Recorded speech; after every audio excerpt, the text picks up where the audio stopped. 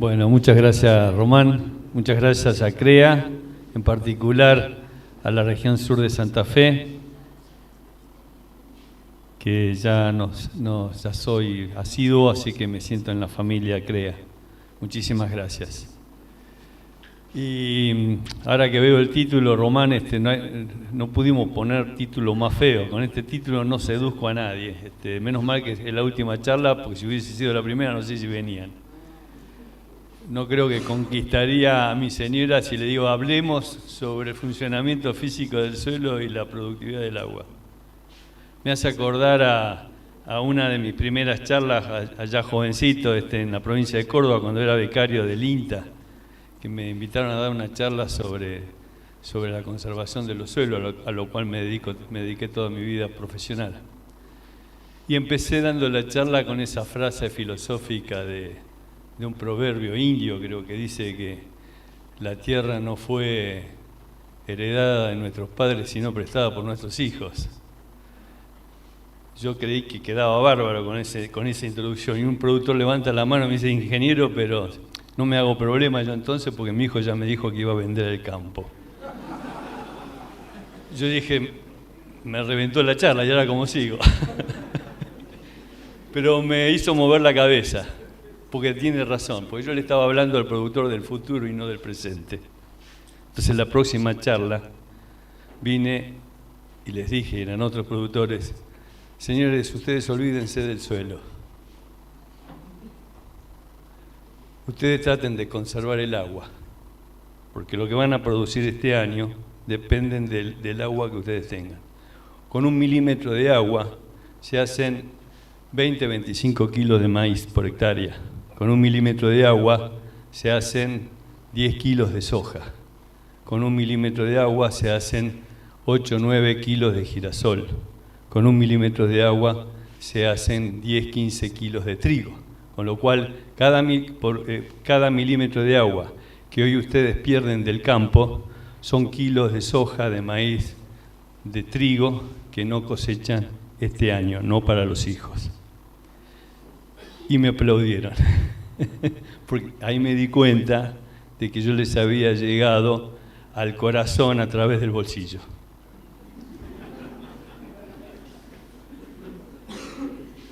También, para cambiarles el título, leí una vuelta también hace muchos años, un librito muy chiquitito que si lo encuentran se lo recomiendo, que es La historia más hermosa del mundo, que es un libro sobre cómo se originó el planeta y la vida en el planeta. Y hay un capítulo que empieza con una frase que dicen, llueven gotas de vida sobre el planeta. Entonces, en el imaginario de ustedes los invito a que le cambiemos el título y que le pongamos llueven gotas de vida sobre nuestro campo. Yo creo que ahí la conquistaría a mi señora, en una charla decirle, che, mira, están lloviendo gotas de vida sobre nuestra casa. Con esta introducción quiero decirles que en realidad los cultivos no necesitan suelo para producir. Hasta el siglo XVII se creía que las plantas venían de la tierra, hasta que unos científicos, investigadores, hicieron un experimento y vieron que no se necesitaba tierra para que se desarrollaran las plantas. Si pensamos en la hidroponía o en la aeroponía, nos damos cuenta que no necesitamos suelo. Sin embargo, de lo que más vamos a hablar es del suelo. Lo que necesita la planta, cualquier cultivo, lo primero es energía solar. La planta es una parte de la energía, nosotros somos parte de esa energía solar transformada en otras cosas. Lo segundo que necesita es temperatura, que es la que regula todos los procesos metabólicos. Lo tercero que se necesita es agua, porque es lo que mantiene en funcionamiento la fábrica, el motor. Y lo cuarto que necesitamos son los nutrientes. O sea, por supuesto me estoy olvidando de una materia prima fundamental, que es el dióxido de carbono. Que siempre me olvido decirla porque nos sobra dióxido de carbono. Entonces no nos preocupa disponer de ese elemento que está, es más, nos preocupa que haya tanto. Todo esto para la fotosíntesis, o sea que está demostrado, lo que hace cualquier cultivo es tomar agua desde el suelo a través de su sistema de raíces, traslocarlo a la atmósfera a través de su sistema de conducción y lo larga a la atmósfera en forma de vapor a través de los poros que tiene la planta, que llamamos estomas. O sea, en términos simples, lo que hace cualquier cultivo es transpirar.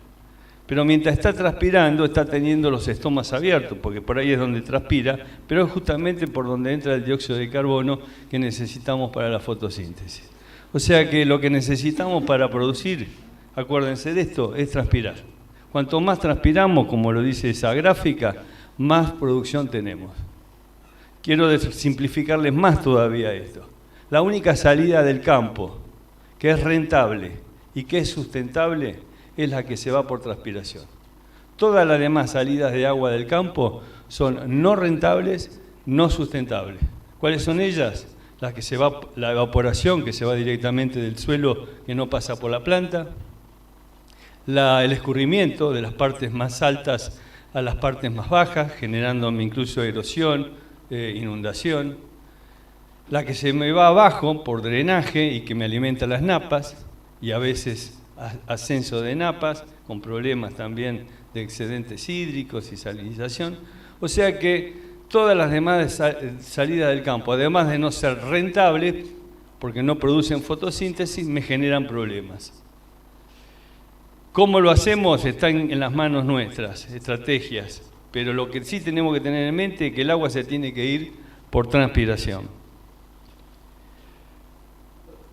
Si uno, esos son los valores que les comentaba recién, si uno, con las eficiencias que hoy tenemos con las mejoras genéticas, si uno entonces quisiera saber para una buena cosecha, por ejemplo, 10.000 kilos de maíz, 5.000, 6.000 kilos de soja, otro tanto de trigo, el equivalente a girasol, que ustedes dirán cuáles son los máximos rendimientos que pueden tener acá en la zona, necesitamos en total entre 500 a 700 milímetros. ¿Por qué 500? ¿Por qué 700?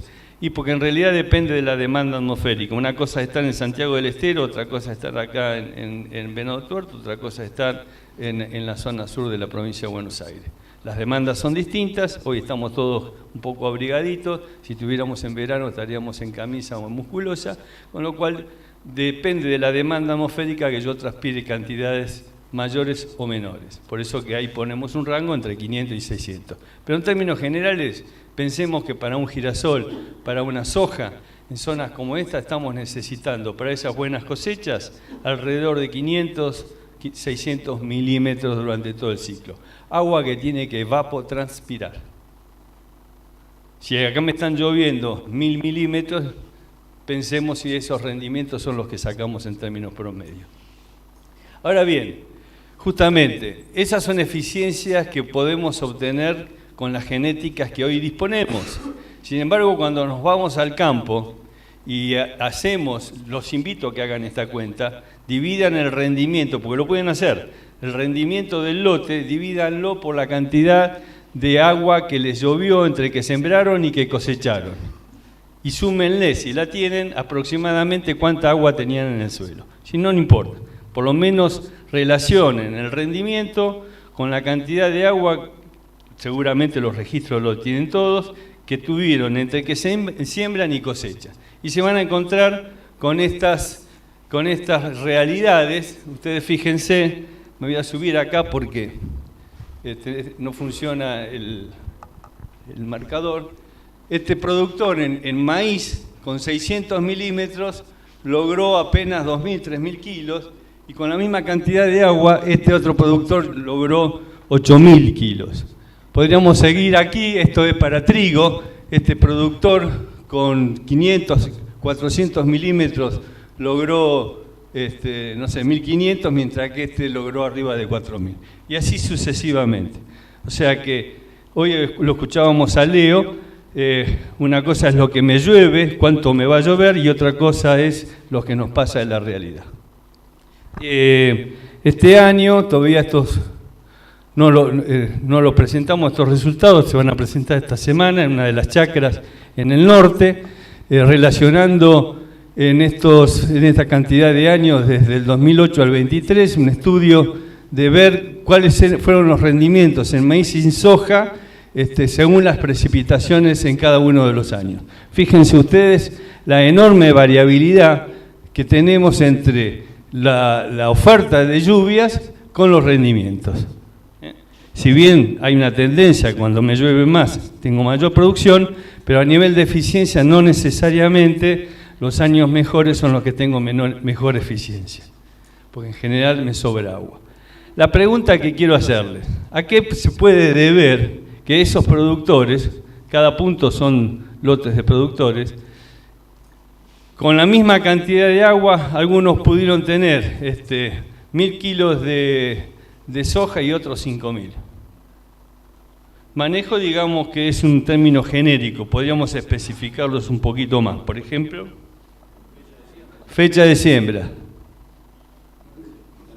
distanciamiento, arreglo espacial, tipo de labranza, siembra directa, laboreos, disco, fertilización, nutrición del cultivo, ciclo del cultivo, tipo de suelo, rotaciones. Bueno, se les empieza a poner oscuras las neuronas seguramente. ¿Qué hago con tanta cosa? ¿Saben qué? La agronomía es el arte de manejar el depende. Sobre todo cuando no sabemos algo, le metemos el depende a todo. Entonces, para poder ordenar esto, para poder ordenar nuestra mente, los invito a que sigamos los caminos del agua.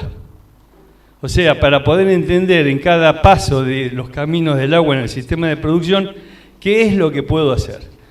Les voy a formular algunas preguntas. ¿Cuál es el primer paso si decimos que la planta tiene que sacar agua del suelo a través de las raíces? El primer paso que necesitamos es capturarla el agua y meterla adentro para que se almacene. La pregunta que hago es, ¿todo el agua que me llovió la pude almacenar en el suelo? Seguramente que no. Ahí tendré una eficiencia de almacenamiento. La pregunta del millón, ¿y eso de qué depende? No lo contestemos ahora, es lo que vamos a ver. Quiero seguir todo el razonamiento. Esa agua que logramos almacenar en el suelo es la que vamos a utilizar en el proceso de evapotranspiración. Pregunto ahora, ¿toda el agua que almacenamos en nuestro suelo es utilizada en el proceso de evapotranspiración? Seguramente que no. ¿Y eso de qué depende? Ahí voy a tener una eficiencia de utilización. Esa agua que estoy utilizando en el proceso de evapotranspiración es la que voy a transformar en biomasa. Primero para construir una antena verde que me capte energía solar. Y después para llenar grano, forraje, madera, lo que yo quiera como producto de la renta de mi empresa. De nuevo la pregunta, ¿toda el agua que estamos evapotranspirando está transformándose concomitantemente en la biomasa y en el producto final que me genera la renta? No lo sé. ¿De qué depende eso? Bueno, vamos a tratar en este breve tiempo que tenemos de ir contestándolas. Lo que sí es importante acá tener en cuenta que cuanto más agua yo pueda almacenar en el suelo, más agua yo pueda utilizar y más agua yo pueda transformar, además de generar la renta de mi empresa, estoy generando una materia prima fundamental que es la biomasa que voy a necesitar para fabricar el producto que sostiene la capacidad del suelo, la capacidad productiva del suelo, que no es otra cosa que es la materia orgánica. Si nosotros destruimos la materia orgánica, lo que estamos haciendo es destruyendo la empresa a través de la capacidad productiva del suelo. Con una, no sé si agravante o particularidad, que si yo me quedo sin nutrientes, yo los nutrientes voy y los compro en el mercado. Si me quedo sin materia orgánica, nadie te la vende. La materia orgánica la tenemos que fabricar nosotros. Veamos. Antes de entrar en estos caminos del agua, me interesa que compartamos esto. Vieron que los argentinos dicen que somos bastante soberbios. Nosotros estamos en un lugar en el planeta de los 3 lugares de mayor calidad de suelos del mundo, que son los molisoles. Están en todo lo que es la región chaco-pampeana, lo que es una parte de Estados Unidos y una parte donde está la guerra hoy, Ucrania, Eurasia, cuna de la civilización, donde están los molisoles. Son suelos profundos, enriquecidos en materia orgánica. Por eso no es casual que sean las fábricas de alimentos, fibra y energía para el planeta. Y lo seguirán siendo. Entonces, más allá de tener ese hándicap, tenemos la responsabilidad, el compromiso, al menos moral, de conservarlos.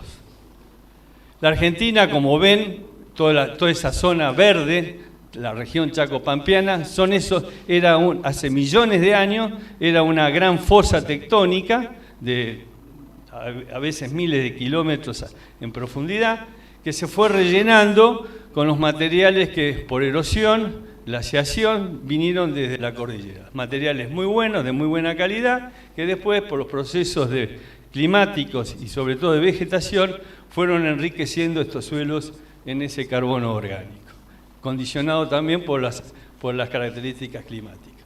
Entonces, tengo que ir más rápido. El primer paso, dijimos, tenemos que almacenar el agua, capturarla y meterla al suelo que se almacene. El suelo, entonces, acá pasa a tener un rol fundamental como un depósito, como un reservorio de agua.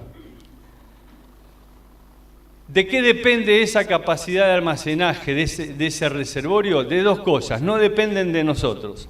Depende de la profundidad que tiene el suelo y depende de la textura. Cuando hablamos de profundidad nos referimos hasta donde llegan las raíces. Voy adelantándolo, una raíz de soja, maíz, sobre todo girasol, pueden alcanzar profundidades de hasta 2 metros. Tengamos en cuenta que adentro de ese suelo, en ese volumen de suelo, la mitad prácticamente de su volumen son sólidos, es la parte mineral, limo, arcilla, arena, y un pedacito que es la materia orgánica, que es lo que justamente construye toda esa estructura del suelo, que no hay mucho tiempo para detallarlo, pero que me conforma la otra mitad del volumen del suelo, que son los poros. De esos poros hay una gran cantidad que son poros muy chiquititos, micros, que dependen de la textura y que son los que almacenan agua. O sea que la capacidad de almacenar agua de los suelos no depende si hago soja, maíz, girasol, siembra directa o laboreo. Dependen de la textura.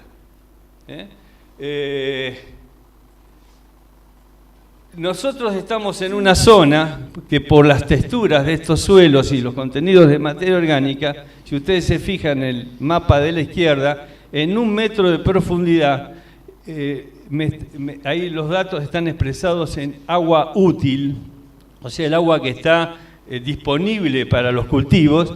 Nos está diciendo que en 1 metro de profundidad, en estas zonas en particular, tiene una capacidad de 130 a 150 milímetros. O sea, son suelos muy buenos por su textura. O sea, podemos agua útil, o sea, agua disponible para los cultivos entre 130 a 150 milímetros en 1 metro. Pensemos que una raíz puede llegar a los 2 metros, por eso que a la derecha tenemos los mapas de 2 metros, podemos estar entre 260 a 300, o sea, el doble. Ahora, tengamos en cuenta lo siguiente, de esa agua disponible total, si yo quiero tener esas buenas cosechas, el cultivo necesita agua fácilmente aprovechable. En primer lugar, si estábamos hablando entre 500 y 700 milímetros, por más que yo arranque sembrando con un suelo bien cargado, no me alcanza. Tiene que llover o tengo que regar. ¿Está claro esto? O sea, no me alcanza por más que yo arranque con un suelo bien cargado. Pero además les agrego un condimento. De esa agua útil total, para tener una buena cosecha y que el cultivo no esté estresado, la planta tiene que tener agua fácilmente disponible. Y el agua fácilmente disponible es prácticamente la mitad del agua útil. No les voy a explicar ahora los porqués, no importa. Quiere decir que de esos 120, 150 milímetros que yo tengo en el primer metro, Lo que está fácilmente disponible es la mitad, aproximadamente 70 milímetros. O sea, miren cuánto me está haciendo falta para llegar a los 500 que necesito para una buena cosecha. O sea, tiene que llover. Pero además de llover, lo que tiene que pasar es que el agua entre. Bueno, estos son, lo que traje son distintas series de acá de la región, con los distintos niveles de textura. Ustedes fíjense, los de arriba son lo que llamamos los argidores típicos, la raya roja son los tenores de arcilla, abajo predominan los suelos con apludoles típicos, donde tengo menores tenores de arcilla, más de limo, y de la derecha son los argidores vérticos, que tengo más hacia la zona de Roldán, San Nicolás, donde tenemos valores mucho más altos de arcilla, sobre todo en subsuperficial. Eso es lo que a mí me condiciona la capacidad de almacenar agua, entre otras cosas.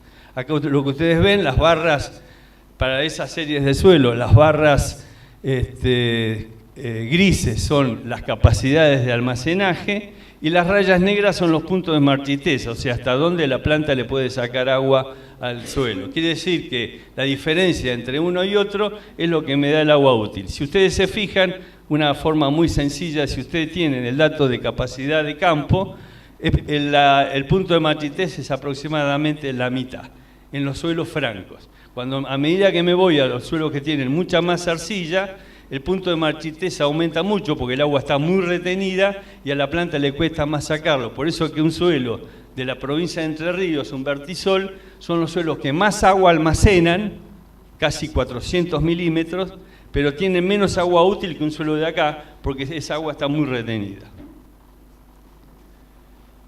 Entonces, pero para llenar esas cantidades de agua, acá lo que viene, yo necesito que esas lluvias sean efectivas. ¿Qué significa?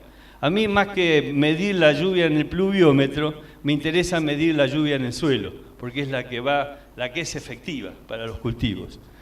Entonces, eso va a depender de la condición, la puerta de entrada del suelo. Una de ellas es cómo está la superficie. Lamentablemente, bueno, los que peinamos cámaras como yo somos de la época de la labranza. Yo estudié en la década del 70, así que se imaginan que a mí no me la contaron todo el proceso de desarrollo de la siembra directa, sino que lo vivimos. En esa época se labraba, yo creo que se nublaba y ya el suelo, por las dudas, ya se estaba planchando. Y el productor ya estaba preparando la rotativa para salir a desencostrar. Bueno, eso, cuando viene la siembra directa, eso realmente fue uno de los beneficios más grandes que tuvimos, de evitar los planchados a través de las coberturas que me generaba la siembra directa. Sin embargo, a pesar de los más de 30, 35 años que llevábamos ya de siembra directa, vemos problemas todavía en esto porque las coberturas no son suficientes. Con lo cual, hay que instalar en la mente ese dibujito. Nosotros vimos con la siembra directa comparada con la labranza, la curva de la verde de la siembra directa, que podíamos aumentar significativamente las lluvias efectivas. Pero después también vimos que no alcanzaban.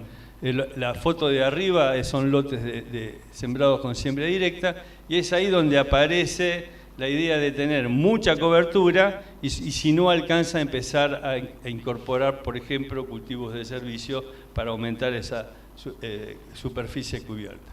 Y lo que vemos ahí es que cuando hablamos de cobertura, yo siempre digo, en la época de mi juventud profesional, había hasta una definición americana que decía que las granjas conservacionistas o sistemas conservacionistas eran aquellos que dejaban más del 30% de cobertura en superficie.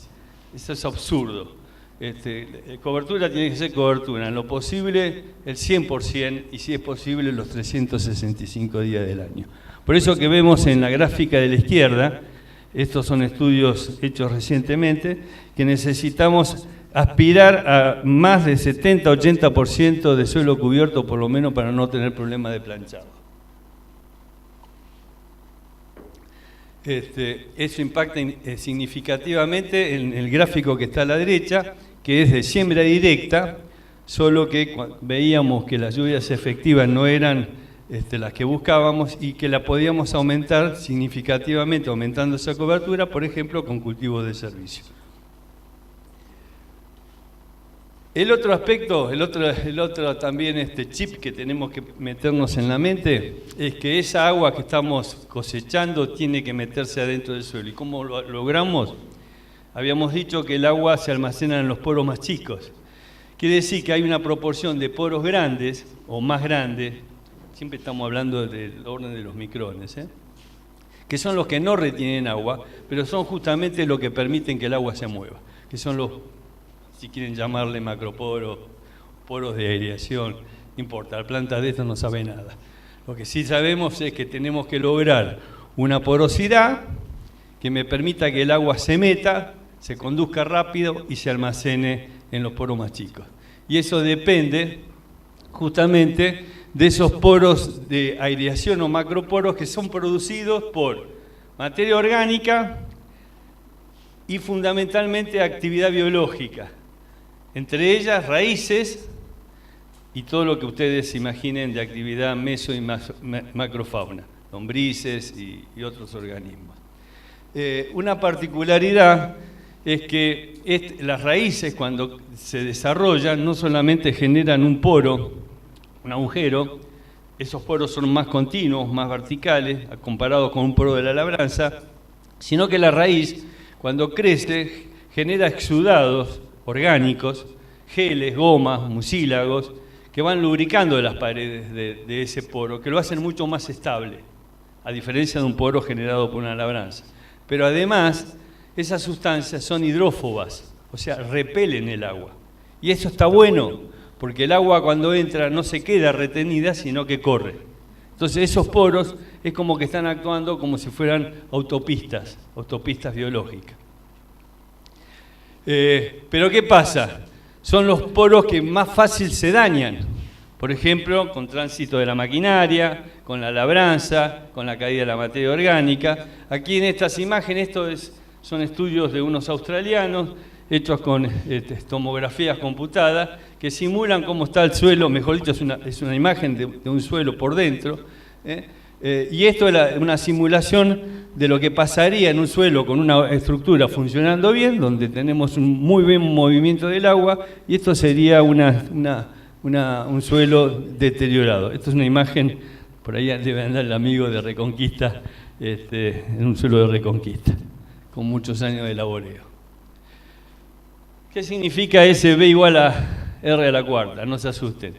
Es simplemente para acordarme y decírselo, compartirlo con ustedes, que la velocidad, esto es una ley de física, de Poiseuille, que demuestra, ya es ley, que la velocidad con que el agua se mueve en un poro es proporcional a la cuarta potencia de su radio. Vamos a hablar en criollo. Eso significa que si yo a un poro le paso con la cosechadora, con el tractor, le saco la materia orgánica, dejo que evito actividad biológica y disminuyo 10 veces su tamaño de poro, la infiltración no disminuye 10 veces, disminuye 10.000 veces. Me encantaría, yo esa prueba la hago siempre, lo invito a ustedes, pongan un anillo donde pasó la rueda del tractor y van a ver si entra o no entra el agua, comparado donde no está la huella. Viceversa, si yo roto con cultivos, por ejemplo, gramíneas, maíz, sorgo, fomento la actividad biológica, materia orgánica, y aumento 10 veces el tamaño de algunos poros, la infiltración no aumenta 10 veces, aumenta 10.000 veces. Por eso que es una bisagra cuando metemos en las rotaciones cultivos como maíz y sorgo. El tema materia orgánica, rápidamente. El suelo es un reservorio también de materia orgánica, que la cantidad es un reservorio potencial que depende de su mineralogía, su textura, su profundidad, pero el carbono alcanzable que yo le puedo poner va a depender de mi sistema de producción y mi ambiente de producción, fundamentalmente la oferta de agua y temperatura, que me regula los procesos de construcción de fotosíntesis. Pero la cantidad de carbono que yo tengo hoy, la real, va a depender del manejo que yo haga con esa materia orgánica. Y esa materia orgánica, fíjense, la dinámica de la materia orgánica, ahí arriba ustedes tienen, en la curva azul, es modelado para esta región de cómo a través de los años cae la materia orgánica. Si uno lo compara, por ejemplo, con un ambiente de Santiago del Estero, del Chaco, obviamente la tasa de descomposición es mucho más alta en el norte que aquí. Por lo tanto, las precauciones que hay que tener para no deteriorar aquellos ambientes es mucho mayor que la que tenemos que tener acá. Pero también impacta mucho si estamos en suelos de textura arenosa o textura limosa o arcillosa. Y eso acá nosotros tenemos mucha diferencia entre lo que son los suelos argiudoles, lo que son los apludoles, los aplustoles en términos de contenido de arena, de limo, que son los que obviamente, como son suelos más aireados, me van a acelerar el proceso de descomposición. Es importante a la hora de querer cuidar nuestros suelos, armar estrategias que me sostengan esos balances. Pero por supuesto que también dependen del tipo de manejo que yo hago. Por ejemplo, siembra directa versus labranza, o incluso a veces haciendo siembra directa no me alcanza para sostener el balance. Eso es lo que estamos viendo. No nos alcanza, por más bien que hagamos los deberes, en una agricultura continua, incluso hasta intensificada, para sostener un balance neutro de carbono. Evidentemente, esto tiene que ver con el tiempo que le damos a los procesos para que puedan expresarse. En una agricultura nosotros trabajamos con pulsos de construcción fotosintética y pulsos de descomposición. Sembramos un maíz y estamos construyendo sobre un periodo de 110, 120 días fotosintetizando. Si solamente hacemos el maíz, el resto de los 200 días del año el sistema se descompone, con lo cual el balance, el equilibrio no se alcanza entre lo que se produce con la fotosíntesis y lo que se descompone. Y no es lo mismo estar acá en Venado que estar en Sachayo, en Santiago del Estero. O sea, es fundamental darle tiempo a los procesos, por eso que a veces, esto es como el tanque de nafta, gente, es lo mismo. No vamos a quedar sin nafta, no vamos a chocar. Pero a la larga, a la corta, nos quedamos sin nafta. Eso va a depender de cuánto estemos gastando en el sistema. Por eso con nuestros maestros, en la época que por ahí no teníamos la tecnología de hoy, la genética, etcétera, etcétera, la formulita era 4 años, para acá estoy hablando, 4 años de agricultura, 4 años de pastura. ¿Por qué la pastura? Y porque la pastura me permitía cargarle nafta al auto, me permitía recuperar, darle tiempo a los procesos para que recuperaran la capacidad productiva de los suelos. Hoy con la tecnología que tenemos, por ahí no tiene que ser 4 y 4, por ahí tendrá que hacer 4 años de pastura y 8 de agricultura. De hecho, que acá en la zona de Roja yo lo tengo observado y es más o menos así.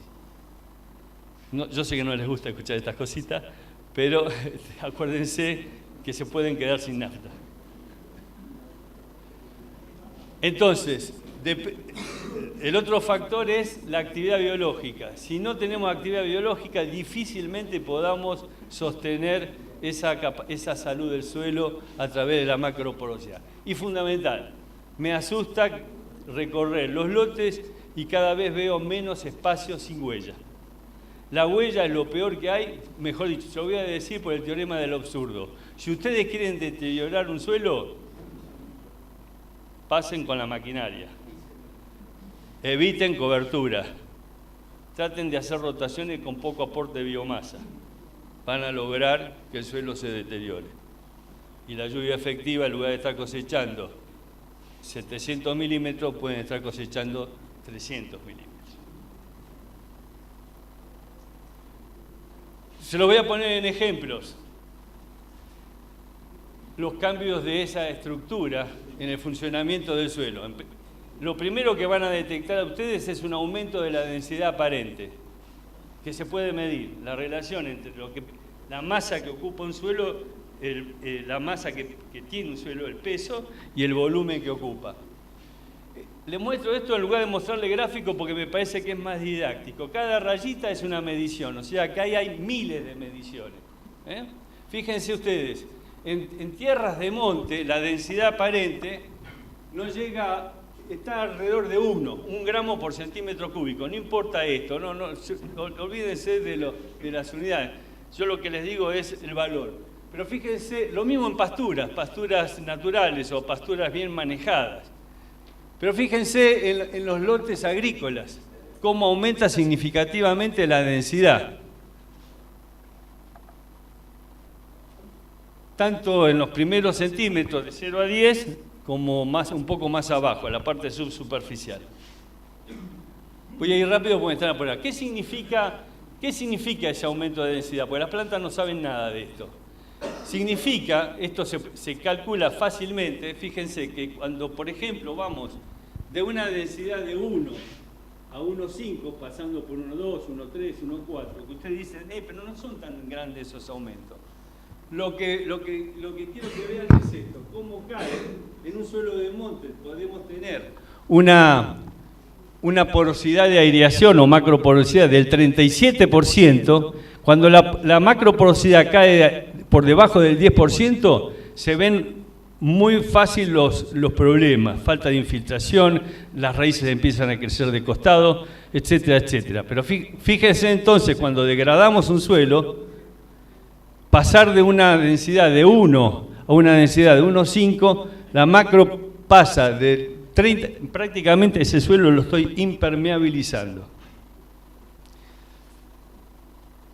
Y eso va a depender también del tipo de textura. ¿En qué me impacta ese cambio estructural? Bueno, empiezan a haber láminas, cambia la orientación de los poros. Seguramente ustedes están viendo en planteos de siembra directa o sembrar directamente la presencia de láminas en superficie. Lo que estoy haciendo es que los poros, en lugar de ser verticales, pasan a ser horizontales. Y entonces el agua tiene que moverse por un laberinto, lo mismo que las raíces. Y obviamente se va a ver reflejado eso en una caída significativa en la tasa de infiltración y un aumento en la resistencia a la penetración de raíces. Como ustedes ven, las rayitas se mantienen en el mismo nivel, no es que bajan. ¿Quiere decir que el sistema es irreversible? Bueno, por lo menos les voy a alentar. Apocalíptico no es. Ahora, como decía Einstein, si sigues haciendo lo mismo, los resultados van a ser los mismos. Esto no es reversible en la medida que sigan haciendo lo mismo. O sea, se puede revertir en la medida que nosotros cambiemos algunos aspectos de nuestro sistema de producción. El principal impacto es sobre esto, que es el desarrollo de raíces. A la izquierda ustedes tienen raíces de soja, con menos humedad y con más resistencia a la penetración, lo mismo que en el girasol. Esto me invita y tengo poco tiempo, no sé cómo voy a hacer, pero me invita a entrar en el segundo paso de los caminos del agua, que es la utilización, o sea, esa agua que yo logré, ¿cómo la voy a sacar? ¿De qué depende? En principio va a depender de la oferta, de la relación que haya entre la oferta de lluvias y la demanda atmosférica, relacionado también a las características del suelo. Nuestro país, si ustedes se fijan, tiene un eje vertical, o sea que tengo una enorme variabilidad por latitud climática, pero además tengo una enorme variabilidad edáfica, con lo cual lo que estoy diciendo es que no podemos llevar una receta de un lugar al otro porque las situaciones ambientales de producción son muy diferentes. El otro aspecto va a depender de la habilidad que tenga la planta de sacarle agua al suelo, y eso tiene que ver con las raíces. Y va a depender de la habilidad que tenga el suelo de entregarle agua a la planta, y eso va a depender de las características que tiene el suelo, fundamentalmente la textura, que regula la conductividad hidráulica del suelo. Y también va a depender de la intensificación, o sea, de la intensificación fotosintética. El resumen que les puedo hacer es que el suelo debería descansar lo menos posible. Nuestra cultura, nuestros abuelos, nuestros bisabuelos, incluso nuestros maestros, nos decían que el suelo tenía que descansar a través del barbecho. Yo siempre me pregunté por qué. Porque si uno mira la naturaleza, una pastura natural, una pradera natural, un monte en el norte, que cuando los visito, digo, esto no descansa nunca. Y voy y meto la pala en el suelo, es el mejor suelo que puedo ver. Entonces me dice que el suelo, en realidad mirando la naturaleza, no tendría que descansar nunca. ¿Por qué? Y porque está trabajando los 365 días del año, fotosintetizando, armando actividad biológica y alcanzando un equilibrio. Ahora, yo tengo que manejar mi empresa. Si quiero conservar, tengo que generar riqueza, si no, nunca no voy a ser sustentable. Entonces, lo que digo, y habíamos dicho que la fábrica se mueve por el agua, que yo tendría que hacer que el suelo descanse lo menos que pueda en la medida que el agua me lo permita. Entonces, tengo que armar estrategias para tratar de hacer que el suelo no descanse o descanse lo menos posible. Y en ese sentido, vemos, que las eficiencias de los barbechos, que es una técnica ancestral que hacemos para que el suelo descanse, entre otras cosas, para juntar agua, vemos que los barbechos son muy ineficientes. Midiendo los barbechos tanto en estas regiones como en el norte, sobre todo, las eficiencias no superan el 20%. Eso me está diciendo que estoy aplicando una técnica para juntar agua y estoy perdiendo el 80% del agua que junté. Digo, ¿dónde está el negocio? Entonces decimos, si la vas a perder, aprovechala utilizando, por ejemplo, para hacer cobertura, actividad biológica, etcétera, por ejemplo, cultivo de servicio. Quiero decirles que todos los suelos de la región chaco-pampeana, abajo yo tengo las diferencias por arcilla, pero arriba en general la capa antrópica, esos primeros 25 centímetros, son todas franco-limosas. Y los limos son suelos, los franco-limosos son suelos no resilientes, son suelos que no trabajan, que necesitan de la materia orgánica para mantener las estructuras. Y son los suelos que más conductividad hidráulica tienen, con lo cual son los suelos que más evaporan. No hay mucho tiempo para explicar esto, pero no nos queda otra que meterle cobertura y actividad biológica a nuestros suelos si queremos ser eficientes con el agua. Esto lo voy a pasar, que es sabido la utilidad que tenemos con los cultivos de servicio. Nos asusta que el cultivo de servicio nos tome agua, pero después estamos viendo que esa agua es compensada con una mayor eficiencia en la captura y en la tasa de infiltración en el almacenaje del sistema.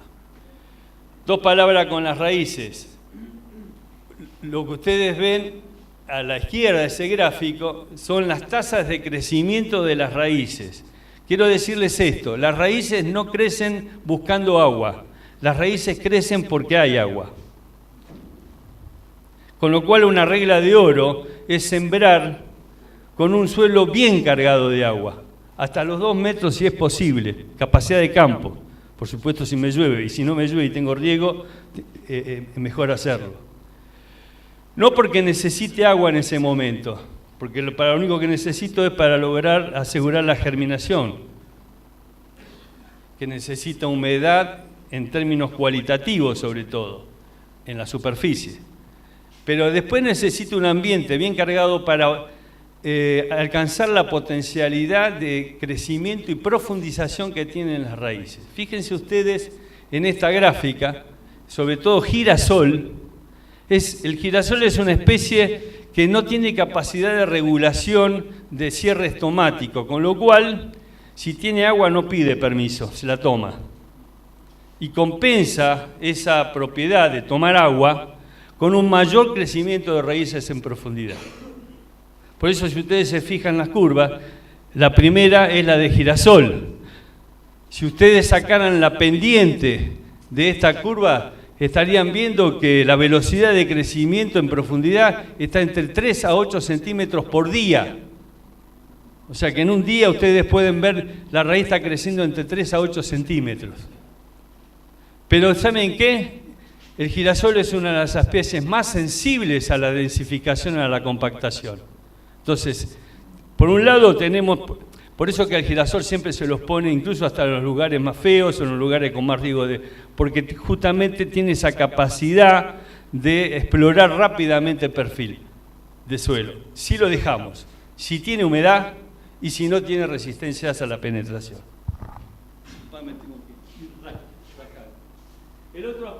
El otro aspecto es la conductividad hidráulica, que es la habilidad que tiene el suelo para entregarlo. Voy a ir con un ejemplo nada más para que nos demos cuenta.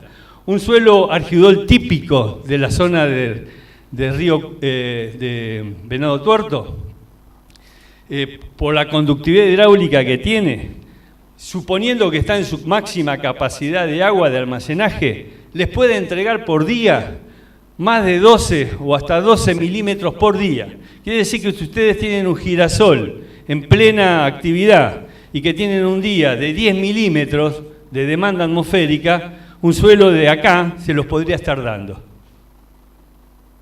por la conductividad que tiene ese suelo.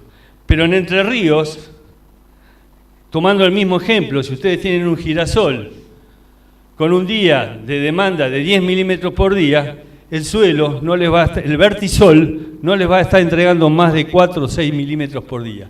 Quiere decir que ese girasol va a estar estresado aún teniendo agua, porque el suelo no se la entrega.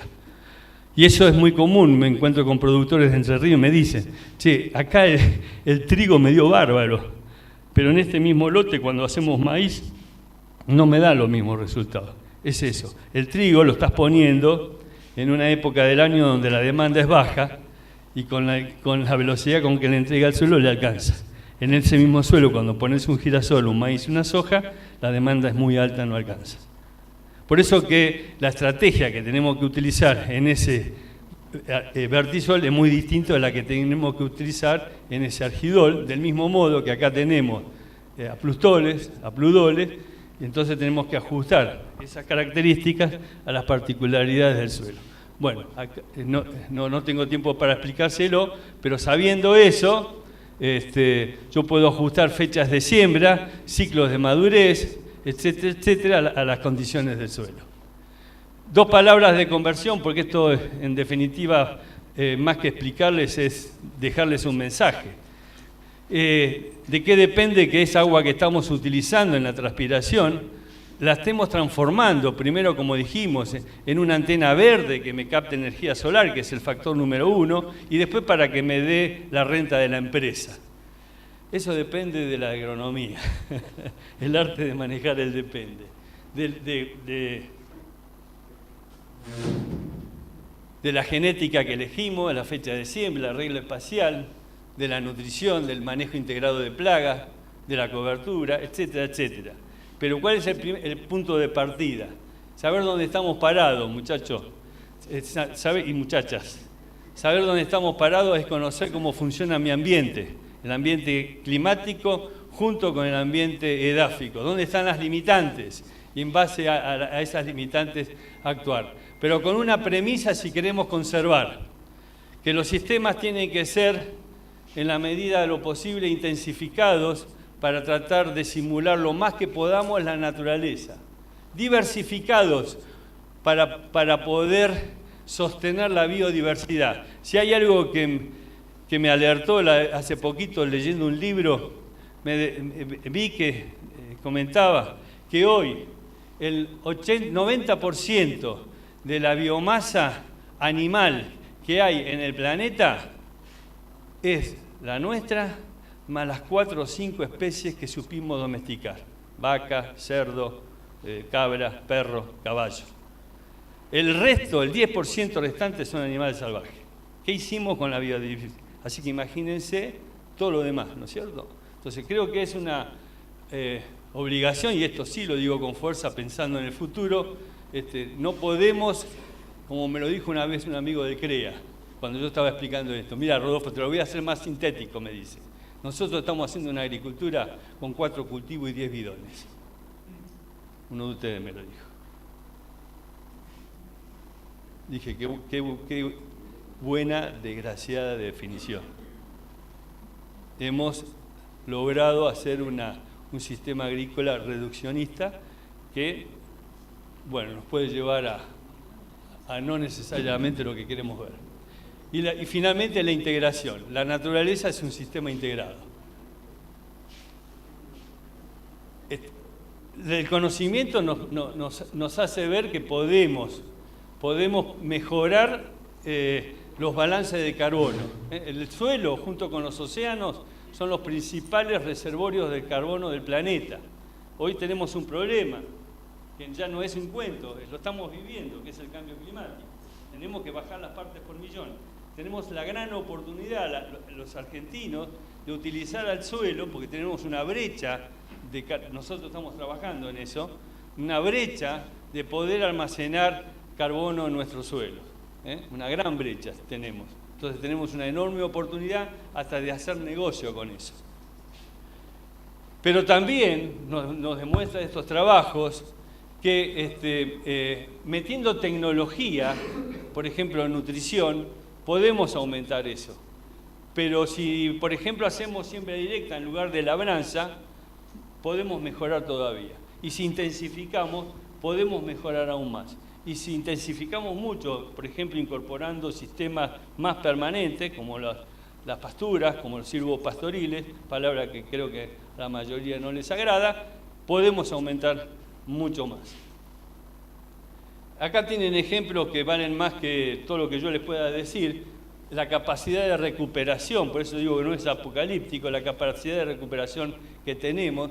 Estos son suelos de acá a la vuelta del barrio, que aún haciendo las cosas bien en siembra directa, la rotación de tercios, fíjense las estructuras laminares que se generan, los deterioros estructurales que seguimos observando a pesar de que tratamos de hacer las cosas lo mejor posible.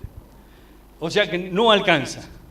Entonces vemos que intensificando con cultivo de servicio, esto es a los 6 años, ¿no? Esto no es de un día para el otro. Fíjense la mejora que se produce, la foto del medio. Y si le metemos más tiempo a los procesos, como es por ejemplo la incorporación de alguna pastura dentro de las rotaciones, la mejora es mucho más visible. O sea, insisto en esto, tenemos oportunidades de mejorar nuestro sistema. Y termino. A mí esto lo quiero plantear porque es una preocupación. Nos llevó años, a mí no me la contaron, como digo, mi primer ensayo de siembra directa fue en el año 82-83, en Córdoba.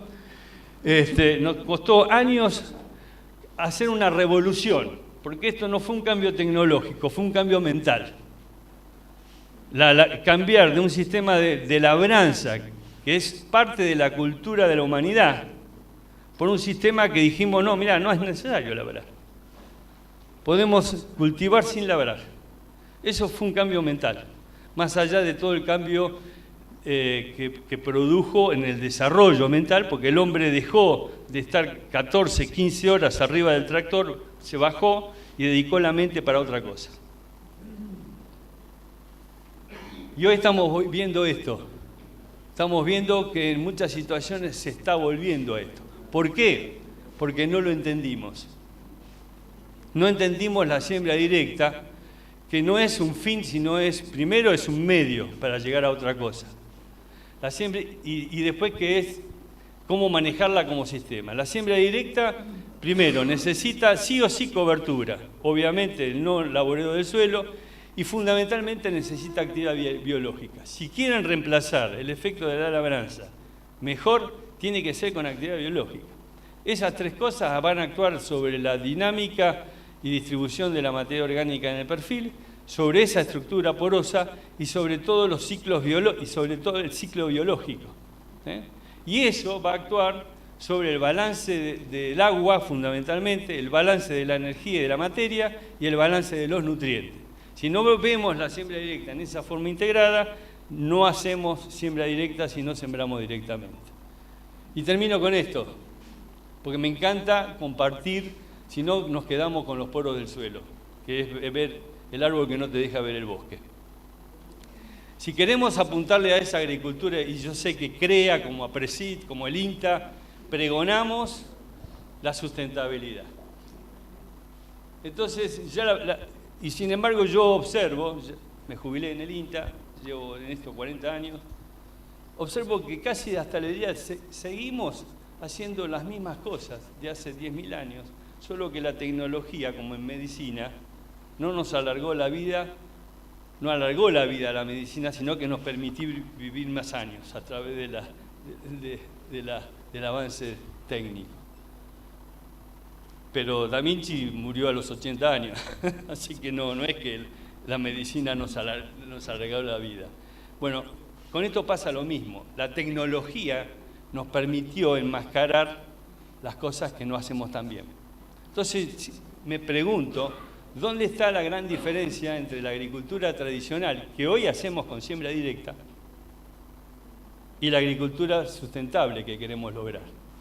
Y para mi entender, aprovechando estas pinturas de Vicente, que me pareció que era un visionario, la agricultura tradicional, que lleva 10.000 años desde que el hombre empezó a domesticar las plantas, se basó en modificar el ambiente, tratando de que esa genética que depositaba en el suelo expresara su potencial de producción. Díganme si eso no es así. Agarren el avión y donde vayan van a ver estas imágenes. ¿Qué queremos con la agricultura sustentable? Al menos desde mi punto de vista. Es muy diferente. Es como nosotros vamos a poder adaptar la planta y la tecnología a cada ambiente, de tal manera que sea el ambiente el que exprese el potencial de producción, con el mínimo disturbio. ¿Se entendió la diferencia? Termino. Entonces, esa que se basa en tecnología de insumos, hay que cambiarla por la otra que es tecnología de procesos. La primera, que es cultura de recetas, hay que cambiarla por la segunda, que es cultura de la estrategia. Y obviamente todo eso implica conocimiento. Conocimiento hoy creo que sobra. Lo que falta es toma de conciencia, que es conocerse a uno en relación a su entorno para la mejora. Y finalmente, esa sustentabilidad no es individual, es colectiva. Por eso que festejo que todos estemos acá y que entre todos podamos unirnos a ese colectivo de sustentabilidad, que es una enorme oportunidad para Argentina. Muchas gracias.